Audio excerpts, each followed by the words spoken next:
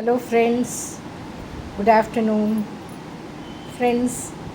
இன்றைக்கு எங்கள் வீட்டில் மத்தியான லன்ச் என்னென்னா பிரியாணி, மட்டன் பிரியாணி. பாருங்கள், மட்டன் பிரியாணி தொட்டுக்கிறதுக்கு வஞ்சரம் மீன் வந்து பொரிச்சிருக்கு.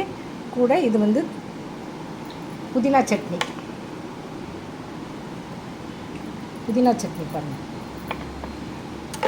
இந்த புதினா சட்னி தான் இன்றைக்கி சிம்பிளாக நான் அரைச்சிருக்குது. அதனால் இதுதான் எங்களுடைய லன்ச்சு. பாருங்கள், இந்த பிரியாணி ரொம்ப டேஸ்ட்டாக இருக்கும். மட்டன் பிரியாணி எல்லோரும் நீங்களும் செஞ்சு சாப்பிடுங்க ஃப்ரெண்ட்ஸ்.